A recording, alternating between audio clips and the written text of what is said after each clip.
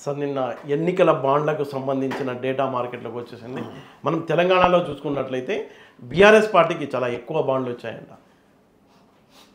అంటే చాలా richest party, bank balance కూడా చాలా ఎక్కువ ఉన్నట్టుంది ఈ పార్టీకి, ఆస్తులు కూడా ఎక్కువ ఉన్నాయి, అలాగే ఇవి బాండ్స్ కూడా రావడం. అంటే బీఆర్ఎస్ పార్టీ పెట్టినప్పుడు దానికి ఒక భవనం లేదు, ఆ ఇంట్లో కొంపల నందినగర్ ఇప్పుడు ఏదైతే కుటికాలతో ఉంటున్నాడో అదే కొంపల పార్టీని స్టార్ట్ చేశారు.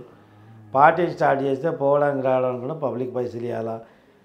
కొడుకు బిడ్డ అమెరికా నుంచి ఇంటికి వస్తే, ఇంటి నుంచి అమెరికాకు పోతే మళ్ళీ అప్పుడు ఫ్లైట్ ఖర్చులు కూడా పార్టీలో ఉన్నటువంటి అప్పటి సీనియర్ నాయకులే చందాలు చేసి ఇచ్చిన దాఖలాలు అందరికీ తెలుసు. ఇప్పుడు నీ పార్టీకి దాదాపు ఇంట్రెస్ట్లే 8 కోట్లు నెలకు వస్తున్నాయంటే నీకు ఎవరెవరు దానం చేశారు అంటే ఈ దొంగ ఎందుకు లంగా దొంగ ఎందుకు అంటారంటే ఈ దొంగ అవకాశం దొరకగానే దోషేసుకుంటాడు అనమాట. అంటే ఎలక్టరల్ బాండ్స్ రూపంలో ఎవరన్నా విరాళాలు ఇవ్వచ్చు అని చెప్పేసి ఆ యొక్క వెసులుబాటు అప్పుడు ప్రభుత్వం కల్పించగానే ఏమైపోయిందంటే అరే ఇదే మోకరా పోయి అరే మళ్ళీగా అరే ఎల్లిగా చల్ పోయి నాకు 50 కోట్లు నువ్వు 50 కోట్లు వాళ్ళకు 100 కోట్లు చేయరా. దాంట్లో అత్యధికంగా మల్లారెడ్డి. ఓకే, ఇప్పుడు ఆయన పార్టీ మారుతున్నాడు కదా, అత్యధికంగా మల్లారెడ్డి. వాడు చెరువు కబ్జా చేయాలి, 50 కోట్లు బాండ్లు ఇచ్చిన పంపించాలి. అన్న ఇగో బాండ్లు పంపించిన నేను చెరువు తీసుకుంటున్నా, తీసుకోపోరా పోయి.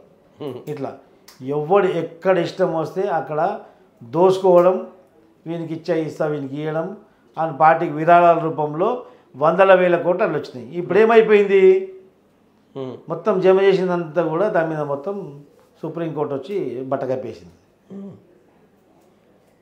ఎలక్టరల్ బాండ్స్ రద్దు చేసినాం, ఖచ్చితంగా ఎవరెవరికి ఎంతెంత విరాళాలు వచ్చినాయి ఎస్బీఐకి చూపించాలంటే బాండ్స్ వాపసు చేసింది, వివరాలు మొత్తం ఇచ్చింది. ఇప్పుడు ఎవడెవడు ఆ పార్టీకి డొనేషన్స్ ఇచ్చిండ్రో వివరాలు బయటకు వస్తాయి.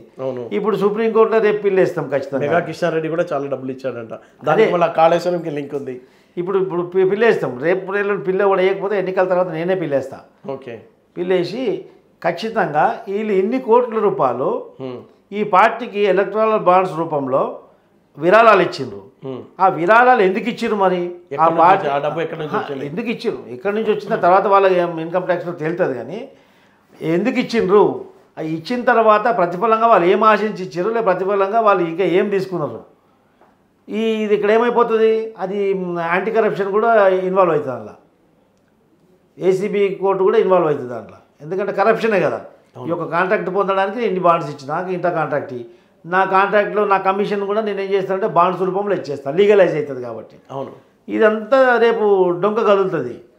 ఎవరు పిల్ల వేయకపోతే ఎన్నికల తర్వాత ఖచ్చితంగా నేను పిల్లేస్తాను, వీడు ఇంత విరాళాలు ఎందుకు ఇచ్చాడని చెప్పేసి వాని కాలర బయటికి లేస్తే ఆడు విరాళాలు తీసుకున్నందుకు కూడా బయటకు వెళ్తుంది.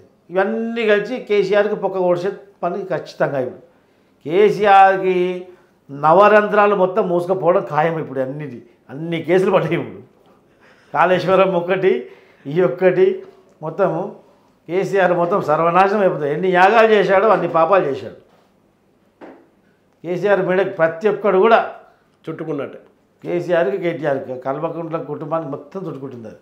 ఓకే.